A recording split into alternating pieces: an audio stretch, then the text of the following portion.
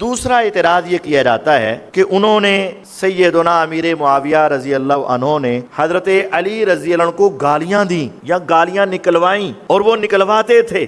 بھئی یہ کہاں ہے؟ کہتے ہیں صحیح مسلم میں ہے۔ صحیح مسلم میں کہاں ہے؟ کہتے ہیں 6220 ہے، 6220 نمبر حدیث ہے۔ بھئی وہاں کیا ہے؟ کہتے پڑھ لو، امر معاویہ بن ابی سفیان سعدا فقال ما منعك ان تسب ابا التراب۔ اب یہ ترجمہ غلط کر جاتے ہیں، جو میں نے 5 باتیں بتائی نا، پہلا جو تھا وہ 5واں تھا، اور اب جو بتا رہا ہوں وہ چوتھا ہے۔ اب اس کا اگر صحیح ترجمہ کر لیا جائے تو اشکال ختم ہو جاتا ہے، غلط ترجمہ کیا جائے تو بڑا اشکال پیدا ہوتا ہے۔ اب میں پہلے آپ کو صحیح ترجمہ سناتا ہوں، اور یہ صحیح ترجمہ صرف میں ہی نہیں کر رہا، مجھ سے پہلے ہمارے شیخ الحدیث والتفسیر، جن کا نام یہاں بھی لکھا ہے، اور یہ جامع ترمذی ان کی کتاب میرے سامنے موجود ہے۔ میری مراد استاد الاساتذہ علامہ شیخ الحدیث مولانا عبدالعزیز علوی رحمۃ اللہ علیہ رحمۃ واسعہ، انہوں نے صحیح مسلم کی شرح لکھی تحفۃ المسلم، اور دارالسلام سے بھی جو صحیح مسلم کا ترجمہ چھپا اس کے اندر بھی صحیح ترجمہ کیا ہے، امارا معاویہ بن ابی سفیان سعدا، امیر مقرر کیا معاویہ رضی اللہ عنہ نے سعد کو۔ یہ امارا اور امارا دونوں طرح پڑھا جاتا۔ فقال، تو پھر کہا، ما منعک ان تسب ابا التراب، آپ ابو تراب یعنی سیدنا علی رضی اللہ عنہ کی رائے کو غلط کیوں نہیں کہتے؟ اب سیدنا علی رضی اللہ عنہ کی رائے یہ تھی کہ پہلے میری بیعت کر لو اور بعد میں ہم قصاص کا مسئلہ دیکھیں گے۔ سیدنا عثمان رضی اللہ عنہ کی شہادت کے بعد معاویہ رضی اللہ عنہ یہ چاہتے تھے کہ پہلے قصاص ہو بعد میں بیعت کی جائے۔ اب صرف فرق یہ تھا، معاویہ رضی اللہ عنہ پہلے قصاص بعد میں بیعت، اور علی رضی اللہ عنہ پہلے بیعت بعد میں قصاص، یہ ترتیب کا فرق تھا۔ تو اب صحیح ترجمہ کیا ہے؟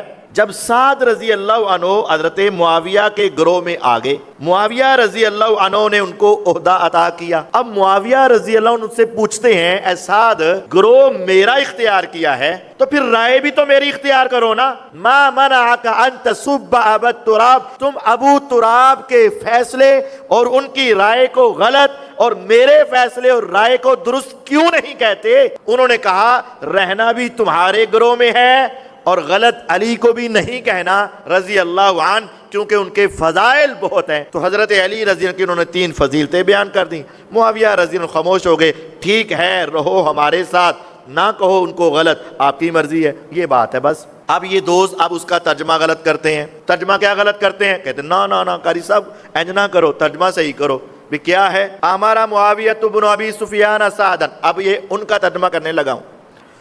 حکم دیا معاویہ رضی اللہ عنہ نے حضرت سعد کو، اب حدیث میں تو صرف اتنا ہے، اب یہ تو بات بنتی نہیں۔ حکم دیا معاویہ نے سعد کو، حکم کس چیز کا دیا یہ تو الفاظ میں ہے نہیں، آگے بریکٹ لگا دیں گے کہ تو حضرت علی کو گالیاں نکال۔ بھئی یہ بریکٹ تم اپنی طرف سے لگا رہے ہو، گالیوں والا لفظ، تو پھر حضرت سعد نے کہہ دیا کہ میں گالیاں نہیں نکالتا، یہ بھی بریکٹ لگ گئی۔ ہم کہتے ہیں جب ہمارا صحیح ترجمہ تھا تو بریکٹ لگانے کی ضرورت پیش نہیں آئی، اور جب تم نے اپنا غلط ترجمہ کیا تو بریکٹیں لگانی پڑی۔ حالانکہ تمہارا ہی پسندیدہ جو اسلام 360 ہے اس کے اندر یہی روایت جب صحیح جامع ترمذی میں آئی، 3724 نمبر ترمذی میں جب یہ روایت مسلم میں بھی ہے ترمذی میں بھی ہے، تو اسے کو اپنا ذرا پسندیدہ اور جہلم کا پسندیدہ اسلام 360 کو ذرا کھول اور جامع ترمذی کھول، 3724 نمبر حدیث نکال، اور اس میں بھی لکھا ہوا ہے کہ امیر مقرر کیا معاویہ نے سعد کو، تو تم کہتے ہو حکم دیا۔ بھئی تمہارا حکم والا معنی غلط ہے۔ اگر تم کہتے ہو حکم دیا، چلیں بفرض محال ہم کہتے ہیں ٹھیک ہے حکم دیا، کس چیز کا حکم دیا؟ یہ تو حدیث میں نہیں ہے، یہ تو تمہارے ذہن میں ہے، گالیاں نکالنے کا۔ ہم کہتے ہیں حکم دیا ہوگا آئیں بیٹھیں، آپ کہیں گے بیٹھنے کا حکم کہاں ہے؟ ہم کہیں گے جہاں گالیاں کا اس سے پچھلی لائن میں بیٹھنے کا۔ نہ گالیوں کا ہے نہ بیٹھنے کا ہے، اصل میں ترجمہ ہی یہ نہیں ہے، ترجمہ یہ ہے کہ آپ نے امیر مقرر کیا۔ پھر کہتے ہیں اچھا چلو آگے پڑھو، ما منعک ان تسب ابا التراب، تسب سب، تو کہتے ہیں اس کا معنی ہے گالیاں نکالنا۔ ہم کہتے ہیں نہیں پیارے بھائی، اس مقام پر اس کا معنی گالیاں نہیں ہے۔ کہتے ہیں نہیں اس کا معنی گالیاں ہیں۔ ہم کہتے ہیں پیارے بھائی یہاں معنی یہ ہے کہ آپ میری رائے کو درست کیوں نہیں کہتے، ان کی رائے کو غلط کیوں نہیں کہتے؟ کہتے ہیں اچھا جی یہ معنی کہاں لکھا ہوا ہے؟ ہم کہتے ہیں صحیح مسلم کی سب سے عظیم شرح جو پرانی کتابوں میں ہے وہ امام نووی رحمہ اللہ کی ہے، المنہاج شرح مسلم بن الحجاج، اس کے اندر اسی حدیث کے تحت لکھا ہے معناہو ما منعک ان تخطئہ فی رأیہ و اجتہادی وتظہر للناس حسن رأینا و اجتہادنا۔ اس کا معنی یہ ہے آپ کو کس نے روکا ہے، آپ حضرت علی کی رائے اور اتحاد کو غلط کیوں نہیں کہتے اور میری رائے اور میرے اتحاد کو درست کیوں نہیں کہتے؟ یہ ترجمہ امام نووی رحمہ اللہ نے کیا ہوا ہے۔ لیکن ہمارے دوست جب اڑ جاتے ہیں نا تو وہ نہیں مانتے، کہتے نہیں نہیں قاری صاحب یہ مانا گالا ہی ہے۔ ہم کہتے ہیں چلے بھائی آپ کو مزید سمجھانا چاہتے ہیں، یہ حدیث صحیح مسلم میں کہتے ہیں، مسلم میں ہے، کتنے نمبر ہے 6220 6220۔ بھائی پچھلی روایات بھی تو آپ پڑھ کر آئے ہوگے نا؟ ہاں پڑھی ہیں، کیوں نہیں پڑھی ہیں، ساری مسلم پڑھی ہے۔ اور پچھلی روایات میں 5947 5947 5947 یہ حدیث ذرا پیچھے سے پڑھ کے دکھانا بیٹا۔ تو وہ پیچھے سے روایت کھولتا ہے اور اس میں ہے نبی صلی اللہ علیہ وسلم غزوہ تبوک کے لیے جا رہے تھے، آپ نے فرمایا کل دوپہر کے وقت ہم ایک چشمے پر پہنچیں گے، وہاں کوئی تم میں سے اگر پہلے پہنچ جائے تو اس کے پانی کو ہاتھ نہ لگائے، اگر تم نے لگایا تو خبردار۔ لیکن جب حضور وہاں پہنچے تو 2 بندے پہلے پہنچ چکے تھے اور وہاں پھر پانی خشک ہو چکا تھا، ایک تسمے کے برابر چھوٹی سی دھار پانی کی نکل رہی تھی۔ آپ نے ان 2 بندوں سے پوچھا ہل مسستما من مائھا شیئا، لگتا ہے تم نے ہاتھ لگایا نا؟ میں نے روکا بھی تھا تمہیں، ہاتھ لگانے سے لگا لیا نا تم نے؟ قالا نعم، انہوں نے کہا جی ہاں لگا لیا ہے۔ فسبہم النبی صلی اللہ علیہ وسلم، اللہ کے نبی صلی اللہ علیہ وسلم نے ان پر کیا کیا؟ سب کیا۔ بھئی یہ پچھلی روایت میں حضور کے لیے سب آیا ہے، جب یہاں ترجمہ کرو نا سب کا معنی کیا کرو گے؟ معاویہ رضی کے بارے میں تو تم نے گالیاں کہہ دیا نا، یا نعوذ باللہ ماں بہن کی گالیاں دیتے تھے، فلاں فلاں کرتے تھے۔ اب یہاں نبی علیہ السلام کے لیے ترجمہ کرو نا ذرا، وہاں ترجمہ کیا کرو گے؟ اگر گالی کرو تو ایمان کیا، حضور کے بارے میں اگر گالی کا لفظ بولو تو ایمان کیا۔ تو اب کیا؟ فَسَبَّهُمَ النَّبِيُّ صلی اللہ علیہ وسلم، اللہ کے نبی صلی اللہ علیہ وسلم نے ان کو کہا میں نے جو فیصلہ کیا تھا وہ درست تھا، جو تم نے کیا ہے غلط ہے، میری بات مانتے تو چشمے سے پانی ملتا، تمہاری اپنی فیصلہ چلا، تمہاری رائے چلی تو پانی خشک ہو گئے، اب اچھے رہے ہو۔ آپ نے ان کے اس فیصلے کو غلط کہا، آپ نے ان کے اس فیصلے پر ان کو تنقیر کی یا ڈانٹا۔ گالیاں اس کا معنی نہیں ہے، لیکن اگر وہ پھر بھی نہ مانے، وہ پھر بھی نہیں مانتے، نہیں اس کا معنی گالیاں ہی ہیں۔ ہم کہتے ہیں بھی ٹھیک ہے بھائی، اگر آپ سب کا معنی ہمیشہ گالیاں ہی لیتے ہیں تو پھر یہاں پھر بھی معنی تو یہ ہے کہ آپ سب کیوں نہیں کرتے؟ یہ تو سوال ہے، حکم تو ہے ہی نہیں۔ آپ کہتے ہو حکم، یہ تو سوال ہے، ما منع کا ان تسب ابا ترا۔ تو حضرت علی رضی اللہ تعالیٰ عنہ کے بارے میں پوچھا کہ تم سب کیوں نہیں کرتے؟ یہاں محدثین نے مختلف معانی بھی لکھے ہیں، ہو سکتا ہے کہ حضرت علی رضی اللہ عنہ کے بارے میں کچھ لوگ ایسا کرتے ہوں اور انہوں نے پوچھ لیا تم تورعاً نہیں کرتے یا خوفاً نہیں کرتے؟ انہوں نے کہا جی ان کے فضائل بڑے ہیں اس وجہ سے نہیں کرتا۔ کہا بالکل درست ہے، اگر ڈرتے ہو تو ڈرنا صرف اللہ سے چاہیے، اور اگر احتراماً تم ان کو غلط نہیں کہتے تو بالکل احترام ان کا کرنا چاہیے۔ پھر بھی یہ گالیاں نکلوانے کا حکم تو یہاں سے نکلتا ہی نہیں۔ جب ان کو یہ بات سمجھا دی جاتی ہے نا کہ نہیں بھائی یہاں معنی سب کا معنی گالی نہیں ہے، سب کے ویسے مختلف معانی ہیں، لمبی تفصیل ہے کہ بسا اوقات 2 افراد کا جھگڑا ہوا، صحیح مسند احمد کی حدیث ہے، ایک مسلمان نے کہا قسم ہے اس ذات کی جس اللہ نے محمد صلی اللہ علیہ وسلم کو سارے جہانوں پر فضیلت دی۔ یہودی نے کہہ دیا قسم ہے اس رب کی جس نے موسیٰ کو ساری جہانوں پر فضیلت دی۔ یہ دونوں کو اپنی اپنی رائے ہے نا۔ تو مسند احمد کی اس حدیث میں آیا ہے کہ استبا مسلم و یہودیون، ایک مسلمان اور یہودی نے ایک دوسرے پر کیا کیا؟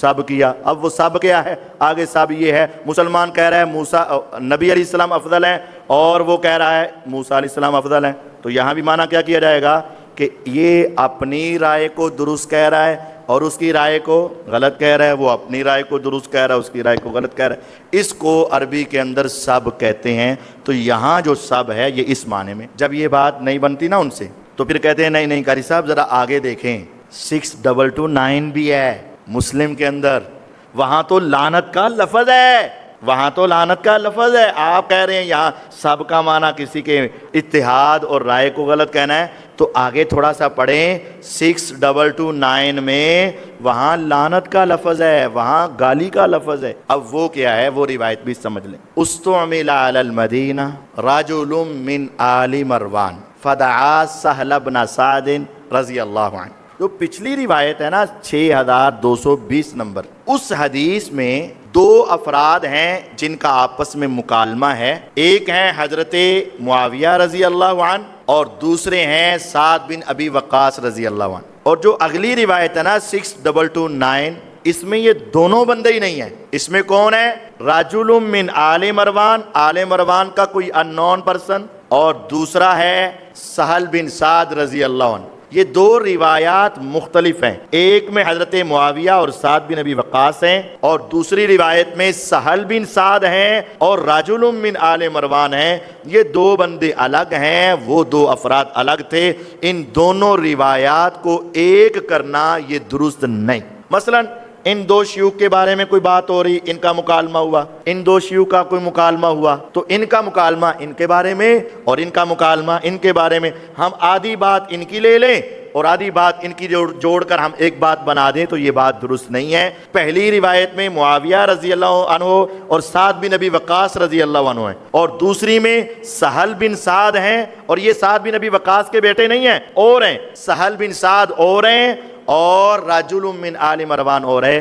پہلی بات تو یہ ہے کہ ان دو روایتوں کو اکٹھا کرنے کی کوشش کی جاتی ہے.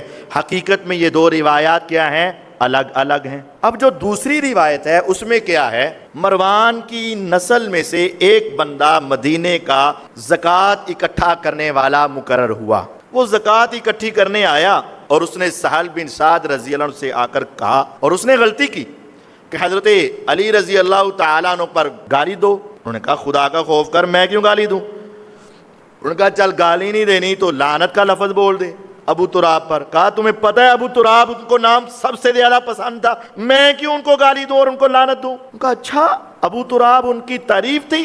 ہم تو یہی سمجھتے رہے پتہ نہیں ابو تراب کے ساتھ کوئی توہین ہے. اچھا یہ ان کی تعریف ہے تو مجھے ابو تراب کی پوری وجہ سنائیں، ان کو ابو تراب کیوں کہا جاتا تھا، یہ قصہ سارا سنائیں. جب اس صحابی نے وہ سارا واقعہ سنایا ابو تراب کا، وہ آپ جانتے ہیں کہ آپ نے یہ کنیت کب رکھی، تو پھر وہ بندہ سمجھ گیا اور اس کے بعد اس نے کوئی ایسی حرکت نہیں کی. اب اس میں تین باتیں قابل غور ہیں. سب سے پہلی بات کہ اس نے جب دو مطالبے کیے تو یقیناً غلط کیے، یہ اس کی بہت بڑی غلطی تھی. لیکن جب اس کو سمجھا دیا گیا اور وہ خاموش ہو گیا، تو جب کوئی بندہ برائی کا ارادہ کرے، پھر برائی کا ارادہ کرے اور پھر اس کو سمجھا دیا جائے اور اس کے بعد وہ رک جائے اور دوبارہ ایسا نہ کرے، تو اس پر الزام اور اعتراض نہیں آتا.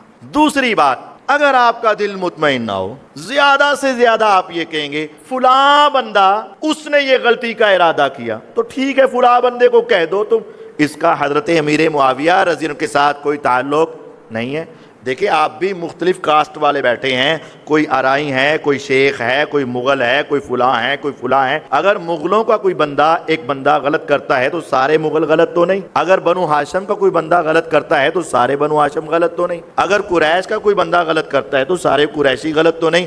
مروان کی نسل میں ایک بندے نے غلط ارادہ کیا اور وہ بھی پورا نہیں ہوا، تو اب یہ معاملہ تو اس کے ساتھ ہے، اس کا حضرت معاویہ کے ساتھ کوئی تعلق نہیں ہے. اس وجہ سے اس روایت کو لے کر سیدنا امیر معاویہ رضی اللہ عنہ کے اوپر اعتراض کرنا درست نہیں ہے.